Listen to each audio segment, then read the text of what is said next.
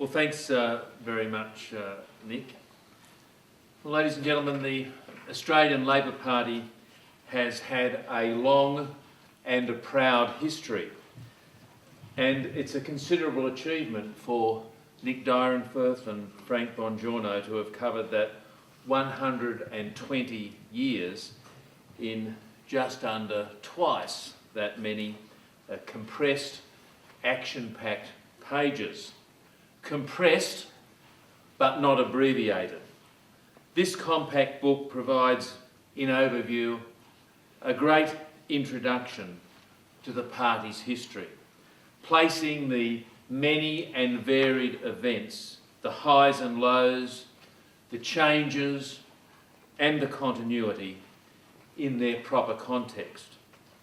A little history of the Australian Labor Party tells the story of the countless men and women who, in over a century of dedication to Labor's great cause of bringing something better to the people, have achieved the aims of the first founders of our party, to make and unmake social conditions.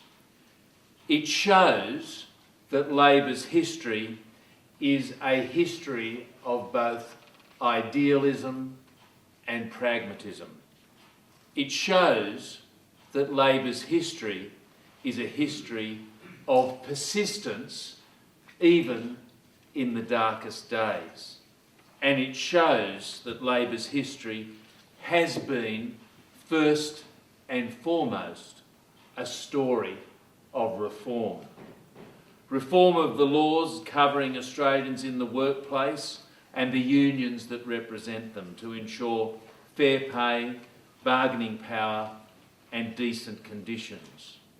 Reform of the economy, whether the creation of the Commonwealth Bank at the beginning of the last century or the floating of the dollar at its end. Reform of the electoral system, from extending the franchise to women and Indigenous Australians to one vote, one value, and most recently working to introduce electoral funding reforms. Reforms to healthcare, to education, social reform. And ladies and gentlemen, let us not forget, Labor's history of reform is also the story of reforming ourselves. These are all aspects of the same single story. A story that has changed and evolved over 12 decades, but one where the hopes and aspirations, as well as the flaws and struggles, echo and repeat. As the authors say, at every point in its history, and especially in tough times, Labor has renewed itself by examining, restating, and sometimes redefining its fundamental goals of democracy, equality, and social justice. This accessible volume shows the consistency of both Labor's values and Labor's struggle to continually renew ourselves to keep sight of our guiding stars as we chart a course through new waters. And as the authors said on the weekend, although some of our challenges today are unprecedented, others recall problems of the past.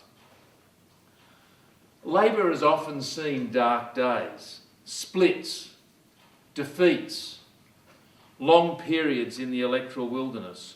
We have endured them all and met those challenges with wide-ranging reforms to bring the party in line with the needs of the time. The legacy we inherit from the men and women whose stories are told in this book is not just their achievements, but also their responsibilities. Their responsibilities to the party and to the Australian community. They took on the, at times, difficult and thankless task of reforming the party and its policy.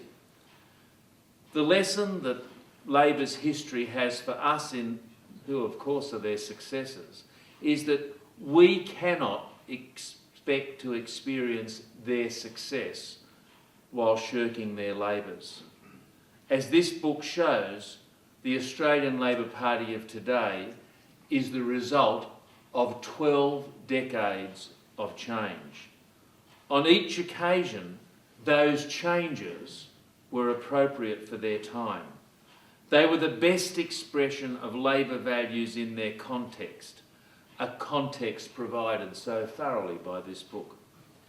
It's timely for us to re-examine the context of our past challenges and choices to remind us that the decisions our predecessors made were shaped by circumstance, rather than being timeless and immutable expressions of Labor's spirit. For although respect for our history unites Labor, which history is often a bone of contention. We don't just hold our history close in the Labor Party. We use it to breathe new life into old feuds. We use our history as a guide and a justification. It's our weapon of choice, even in battles within the party. And in making history our weapon of choice, all too often we choose the history that suits us best. You see, just as Labor's strengths go back to the 1890s, so do Labor's quarrels. For more than 100 years, some party members have been trying to exclude others to hold on to their own positions and power. As the authors noted in their article last Saturday, the persistent myth that Labor used to be the party of the unions and has become the vehicle of the inner city left is a powerful but simplistic and I would say inaccurate myth. The latte set, the chattering classes, these are just the latest epithets for the party members and branch activists who have been one of the party's two great supports through our history. Those two supports being unions and community activists.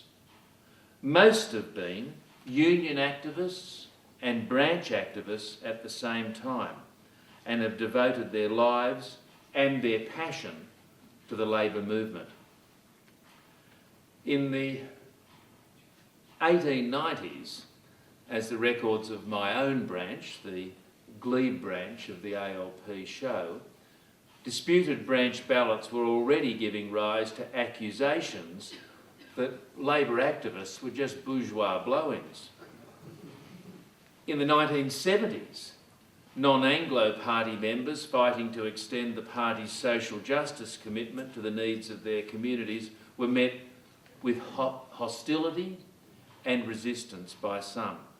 In the 1990s, Labor women calling for equal representation were accused of hijacking the party, despite calls for women's contribution to be as recognised as unions, going back to Kate Dwyer's demand on the floor of the 1916 New South Wales State Conference that those who did half the work and made up half the community should get at least some of the plums.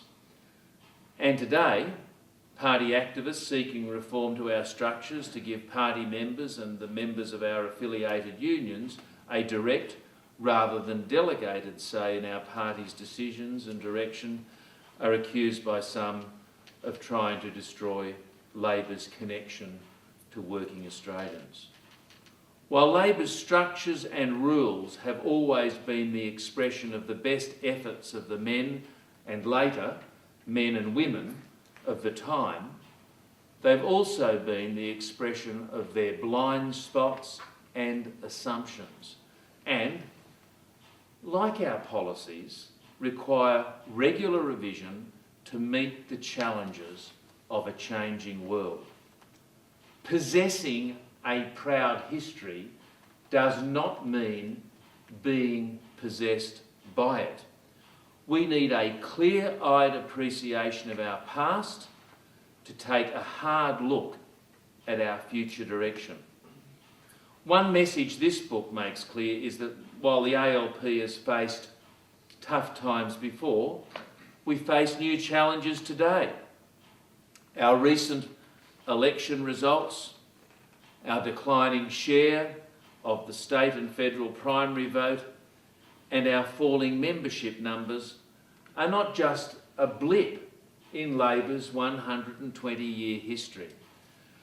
Ladies and gentlemen, the changes in Australia's political landscape, the differences in the ways that people engage with politics and the community have not occurred overnight, but they are of relatively recent origin in the long history of the ALP. And these changes to Australian politics are, I believe, irreversible. Labor can't afford to pretend that they will reverse themselves. We must learn from the experience of Labor men and women of previous decades and face up to the difficult challenge of reform. As this book shows, despite the tendency of pundits and commentators to find existential crises in Labor's ongoing renewal, it is in fact our greatest strength. It is my hope and my belief that despite all the changes over Labor's long century and willingness to renew ourselves endures. This timely book, though it might be somewhat self-deprecatingly named A Little History of the Australian Labor Party, has a big message. That message is that Labor is a great party with a great cause, that our story is a story of determination and survival, of resilience and success. It is the story of more than a century past, and I believe the story of more than a century to come.